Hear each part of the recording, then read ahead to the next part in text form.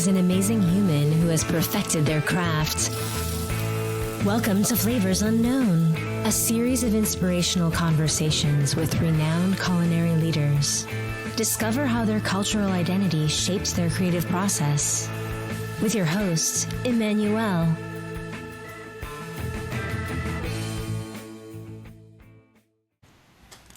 Hi, Chef. How are you? Wonderful. How are you? I'm very good. Thank you. Thank you for asking. I'm really excited to have you on the podcast and talk about your food and of course Gullah Geechee cuisine, which is that I'm excited to cover with you. So I want to say let's go diving directly on this and Let's go.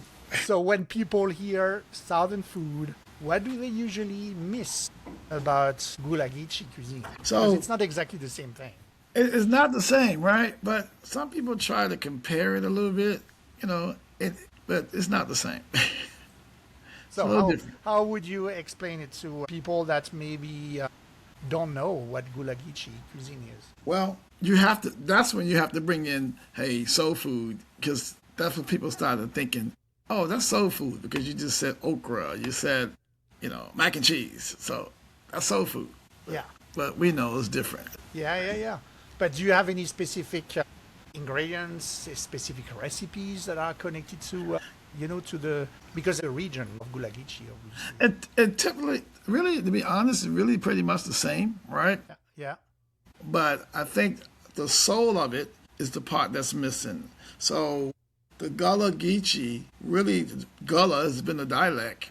Mm-hmm. The Geechee part was officially a joke, right? Really? And so because of the way we speak, they said, he's Geechee, right? But it's really Gullah. Gullah comes from West Africa. And so the Geechee was added on to it, and then we just started embracing it, right? It was okay, we'll take it. We understand what we're saying, a lot of people don't. But it goes back to food, so that's the fun part about it. Okay. So how do you put the soul part in your cooking? So the soul is really the heart, right? The heart that you put your heart into it. And I think it was at a point where, and this is what from my mother, grandmother, that, hey, listen, the soul food is you got to take what you have and you got to make what you want. And it has to be here in your heart. It don't matter if all we have is egg and rice. You have to be able to say, this egg and rice is the best caviar that I've ever had. So we make it, with our heart. And I think that's the pretty unique thing about it. Like, for instance, we say egg and rice, we're really saying poor man hash. That's we make a joke of it, Okay. So it's unique. It's whatever you got left, rice, eggs, and whatever else meat you got inside the house. And there you go. You got a whole Gullah cuisine that most people call egg and rice. And then, so you're talking about your mother and your grandmother. So this is where you, like in the region of Charleston, correct? In Yes, South Carolina? absolutely. Yes, Okay. yes. That's where you're from. That's where I'm from. Born and raised. Born and raised. So the Lowcountry, correct? So Lowcountry Gullah Geechee. Gullah Geechee, yeah, absolutely. So what are like those great ingredients coming from that region? Because obviously the ocean is just right there. Yes, there's rice, obviously, but what else? A lot of freshness, collard greens, Yeah. a lot of peas. So you'll see a lot of peas growing everywhere. Corn naturally is really good. You got corn, but then you got grits, which comes from corn. Yeah. So that's a very unique thing as well. That people eat grits and not realizing that that's just some grind up corn. Mm-hmm. Which is So you're talking about peas, but I'm guessing there's obviously, as we know, there's different type of peas. So are we talking about the black-eyed peas or are we black talking eyed about peas, others? snap peas, green beans. All of those beans. We certainly have it, and in the South for sure, in Charleston, and so that's unique. Okra. So what were like the type of dishes that you learned from your heritage, from your mom, from your grandmother? Of course, shrimp and grits, which has become one of the most famous cuisine around the world, shrimp and grits. But we used to eat shrimp and grits. I mean, that's just been a natural meal in our house. Wasn't big, but now we share that dish around the world. My mom was good with bacon, So they would make bread pudding. That's a very unique dish as well. And one of the most famous one is okra soup. And okra coming from Africa. Uh-huh. That's a very unique dish. And then there's also tomatoes everywhere. Now, what's another famous dish is fried green tomatoes. You go places now, you get fried green tomatoes everywhere. But that's something that would be a normal dish in our household. And it's delicious. Okay, so if I want to make fried green tomatoes, how do I do that? So you got a batter. Yeah. I like my batter to be, I don't do egg batter. I just do it like really what we call dust. So some flour, put your seasoning inside the flour, and you just put it in some nice grease and let it go. We add a little to mine, bacon, corn, those type things, and it's very unique for sure. How thick should I have my green tomato slices? You're talking about maybe, I would say, maybe a third. You can cut it, be really nice, a nice little cut. Just enough to go crunch. And you can eat it with everything too. It's a good dish for sure. Okay. So you said born in Charleston, and then now you are based in Atlanta. You have Pandora on the square. So how do you bring Gullah Geechee flavors to Georgia? Do you have to adapt? How those changes are made when you are moving from Charleston to Atlanta? I think what I want to do, not just in Atlanta, I want to take it around the world. I want to take the history. The thing about it that I like is I think it's history that needs to be shared.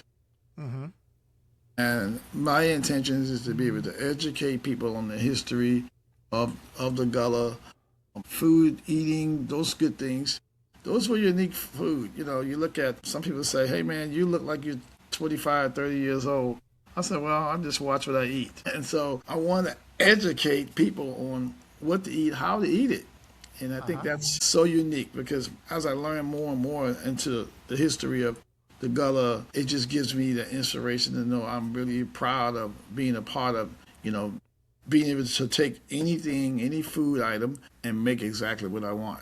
That's okay, so let's say that I'm ordering shrimp and grits, as you just talked about before, without knowing anything about Gullah Geechee history. So how would you hope I will understand, from that meal? So I put a twist on it, right? And you're being French, right? Yeah. French-American now, but yes. So yes. French-American. So what I did, I put a twist on it. So I said, okay, let's do something really unique that will connect wherever I go. If I go to France, I'll make shrimp and grits. I'm going to do a beurre blanc sauce. Okay. You will understand the beurre blanc because it's white wine. So I'll make the sauce with a beurre blanc, add some crab to it, and just make it unique and be able to talk about the uniqueness of bringing culture together. And I think that's the one thing I think I strive for, being able to go anywhere and adapt whatever that dish is to someone else's culture in their country, and they'll say, oh, yeah. So like you did just now. You said beurre blanc. Yeah, I got you. Sure. Yeah, absolutely. So if you are then, if you do the same thing in Mexico City, so how would you adapt it? So if I go to Mexico, I can't change the beurre blanc. No. But I can talk about the history. Okay. How shrimp. Everybody know about shrimp, seafood, and you certainly will know that in Mexico for sure. And I would talk about where the shrimp come from and how I combine the shrimp with a French sauce and then grits, which comes from the South. So now we're able to talk that language, and they were understanding. So, let me try this. This is a unique dish. Just like when you go to Mexico, I want to try a taco, right? Because that's their culture. And I just make it myself adapt to what we have going on and then educate people as we go. Okay. So you have the Gullah Geechee heritage that, we understand, but as well, you have been trained classically French, correct? So you have the French techniques and so on. So where does the French techniques help the story for you? And so how did you balance, that aspect of Gullah Geechee heritage and French culinary techniques? The sauces, the French sauces are unique. I felt like I'm always been a saucier anyway. I like a lot of sauce. And so because I like the sauce, that's the base for me.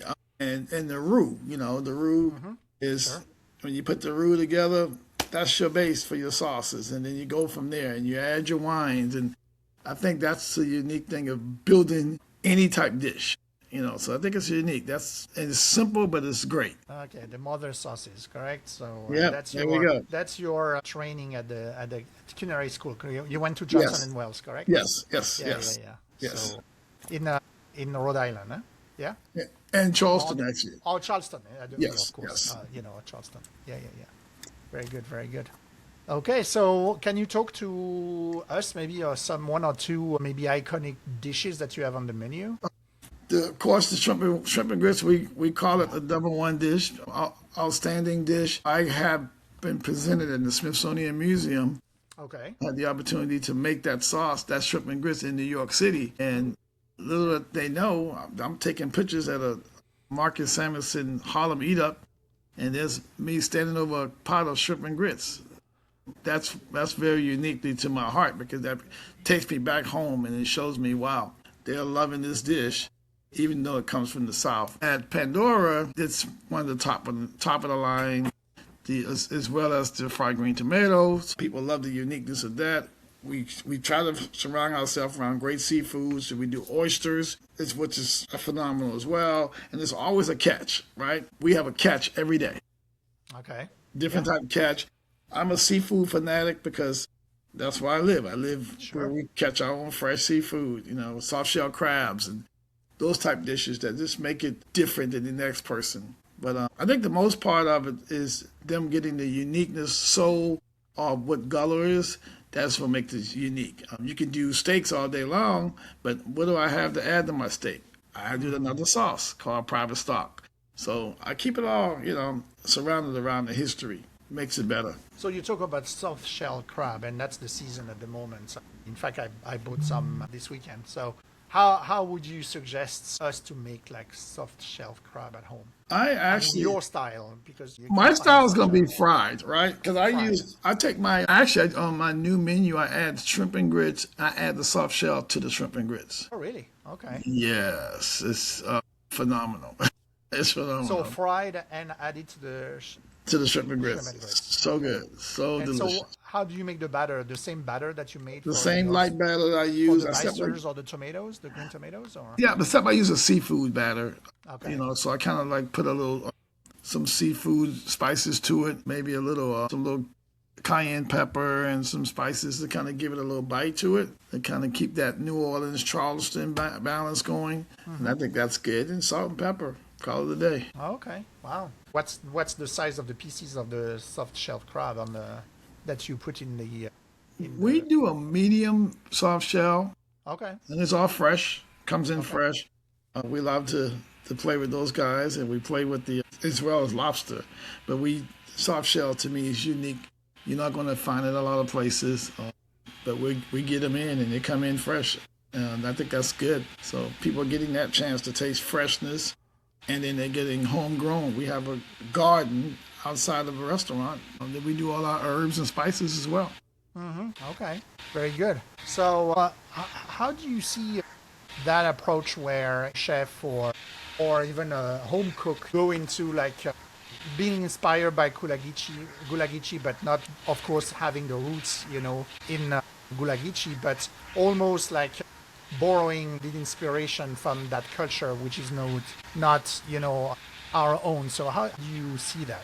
What's your practical rules, for borrowing like an inspiration coming from a different culture? I think what it is when we started having the conversation with family members and communicating with each other, it takes us back to, where our grandparents came from and how they did it. I think that's the unique part about it. And so that really comes in probably every culture.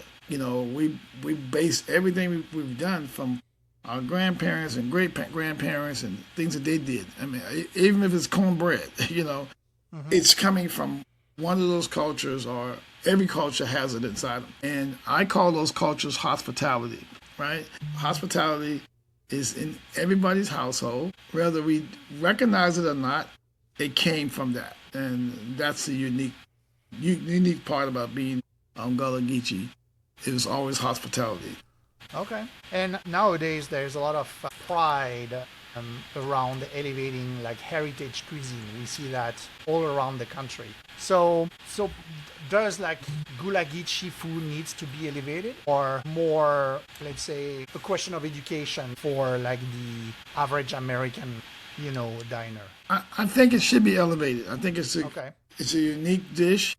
I think it takes us back to the table where we're not dependent. We can communicate. I think that's what we're missing in that. I think that as good as food is, everybody has to eat it, right? Everybody has to eat. I think it brings us back to being able to raise the children today and raise the culture where we're now communicating.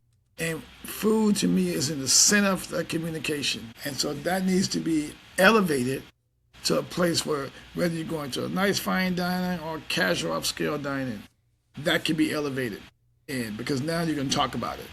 Okay. So there's a dish that I really love in Charleston that I had when I came to Charleston. It's like the Hoppin' Johns. So do you cook that as well at your restaurant? I'm sure you have done it.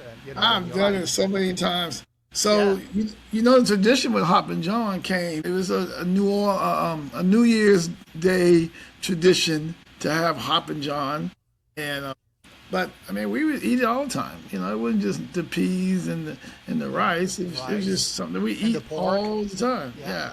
So I love Hoppin' John. And so how do I elevate Hoppin' John? How do I make it like the holiday time? So I want to serve Hoppin' Johns. How do I do that as a elevated dish? So you elevate that you make the Hoppin' John, that's your base, right? And then you create a dish to go with it. So whether I do Hoppin' John with a piece of fish, and that fish don't have to be fried. It can be pan-seared. And you can even add collard greens to it. So as a vegetable, and just really make it look like, okay, this looks like $1 million plate.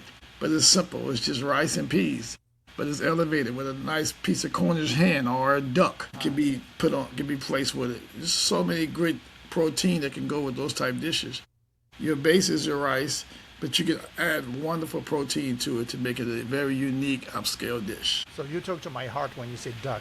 French love duck. So how would you bring the duck in the Hoppin' John? So how would you cook it? So I'll pan-sear that as well. I've actually brought duck, but then I add something to it, right? So I may do a gastric, and that gastric is one of my favorite gastric. Is going to be a blueberry gastric. So that blueberry gastric will come with the flavors of that fruit, and that gastric will hit that duck and that rice. You got a tremendous dish. Okay. Yep. I'm getting hungry now, but. So you mentioned something that I don't think I've tried, which is the okra soup. So again, how do I make this okra soup like in an elevated way? Ooh, man. So there's two types, right? There's one that's Charleston that we call okra soup, and then in New Orleans they call gumbo. Yeah. Right? Which is sort of French influence as well, or Creole for sure. The same type of dish. One is made with a red sauce, and the other one is made with a brown sauce. Yeah. And that's one of those dishes that you can go from okra soup with okra and add shrimp to it. Okay. So then that now changes that regular soup to an elevated dish, and you can add corn to it, a whole corn, which is amazing. We used to do it plain okra soup. We add corn to it. We put it over rice and eat a nice piece of butter cornbread that's made inside a skillet pan, and woo, there you go. You can sleep all night. I like the woo. Yeah, wee. Very good. So what's next for you? So you mentioned that you've been working with the Smithsonian. Like, I'm guessing this is the African American Museum. Yes, in Washington, D.C. Absolutely. Washington, D.C., yeah, yep. Absolutely. So you are on the menu there? Yeah. I'm not on the menu. I'm on a display. So on a display, okay. Yeah, so if you go to the fourth floor, it talks about the cultural innovation. And so that's me up there just kind of like doing it over the pot. Cool. And so it's pretty cool. Good honor, Yeah, absolutely. Yeah, so what's next for you? So because you're saying like you want to bring the Gullah Geechee culture to the world. So What's next after Atlanta then? I think now we want to make these dishes elevated to Michigan stars, also James Beard Award. They need to embrace these type of dishes and make it a part of, okay, this is a winning combination here, because now it's not just food, but it's culture food, and it's educating, and it's making it's helping our community to connect. And so I think that's my goal. I'm pushing for those type of awards, not only the awards, but more like being able to educate and go different cities and grow the restaurant industry, teach and train and develop other people to understand it. So whether you're a chef that went to school or a chef that just been working all your life, now we want to teach them the importance of learning the culture of food that you're making and then expanding that to other places. I'm older now, so I got to pass it on somewhere else. Have you been in contact with back with Johnson and Wells to maybe some? I mean, I know a lot of students. I haven't been to the school in a while. Yeah. My son graduated from there too. Okay. And so I haven't been out there. I'm in contact with many of the students, are friends of mine, and so I've done music with those guys as well, and yeah, we do a whole lot of fun things. So yeah, I love it. Very good. Okay, so maybe one last question for you. It's like, what is like one Gullah Geechee dish, ingredients, beside the one you already mentioned, or flavor combo that you wish like the listeners would seek out and maybe experience or experiment with? So one that stands out to me is sage. It's an herb. The herbs sometimes that we kind of forget about, but that's part of the earth. So thymes and herbs and rosemaries and great garlic for sure. You can do so much with those type of spices and herbs to make your dish even more elevated. I love sage. I love tarragon.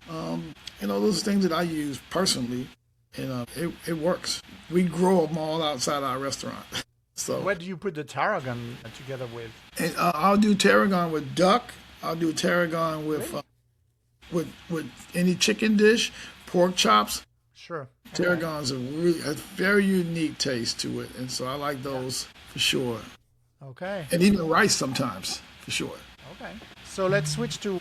I have a few rapid fire questions for you. So I'm curious now. What is your go-to guilty pleasure food? I knew I will get a whoo. Wow. Okay. My go-to, I'm a hard guy when it coming down to go from place to eat, for sure, right? And I'll tell you this for sure. Most of my meals probably come from me, but if I do, I like to enjoy other chefs. So I'll go places. I'm talking guilty. So the one that you know that you should not eat, but you cannot dessert. Restrain Okay. yourself. Dessert. You're a sweet tooth. Okay. Yeah, you squeeze my arm, man. You squeeze my arm. Yeah, desserts. Is it like bread pudding? I love bread pudding because that's that's more of my history than anything else, because my mom did it so well, right? And she gave me the recipe. Before she passed, she was one ingredient that I was missing, and she gave me that ingredient, and that just made my day. And that's actually one of the top desserts in my restaurant right now. Wow. Okay. Yeah, Obviously it is. you cannot share because that's something which is, a connection with your mom. So I understand. Absolutely. Yeah, I got a hold of that one. And then, peach cobblers. Ooh, I just okay. Love that too. Yeah. love a good peach cobbler. Yeah, that's a great dish Absolutely. as well. Yeah. So if let's say I come to Atlanta, and of course I come to your restaurant, but what are like the other maybe 4 or 5 places that you take me to in Atlanta that you love? So we would go to one of Marcus Samuelson's restaurant. Would be a very unique place. There's another place. It's a small little breakfast spot. They do like brunch called Heaven's Cafe. Okay. And those type places, I'll be like, hey, let's go there. We'll go there and have breakfast. And so there's a lot of guys I try to support One of my newest famous one has been Curiosity, and That's the name of the place, or that's the curiosity, your curiosity? that's the name of the place. That's the name of the place. Okay. Yeah, Chef Todd Roberts, a real good, real wonderful chef. What kind of food? So he does a barbecue, but he have a great twist on his barbecue. It's very unique, very small. I like the little small, intimate type restaurants anyway. Sure.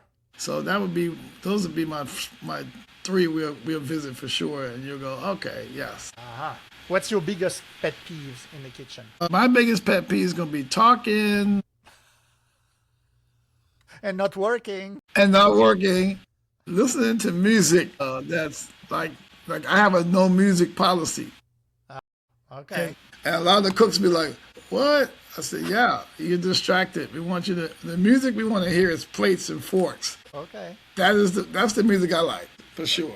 If there's anyone that you dream like cooking with, or having like Let's see. put together a dinner together? I think Chef James Boulard Okay. would be a unique person to cook with, for sure. I admire his work ethic, his growth, and what he's done in the culinary field. He would be the guy. Okay. And my last question is like, if you weren't a chef, you would be what? A surgeon. A surgeon. Okay. Yeah, a surgeon. That was my dream job, to be a surgeon. And then one day someone knocked on me and said, "Hey, you are a surgeon. You're a great surgeon of food." Yeah, And I exactly. You're knowing the anatomy of the animals, that you are Yes, prepping in your kitchen. So absolutely. that's interesting. Wow. Yes. Okay. Very So, good. Chef, thank you very much spending a little bit of time with me on the podcast, and I'll definitely knock on your door the next time I am in Atlanta. Don't forget, I'm looking for you, Emmanuel. Appreciate it. Okay, absolutely. Thank you, Okay. sir. Appreciate you. it. Yes, sir. An honor to meet you as well. So let's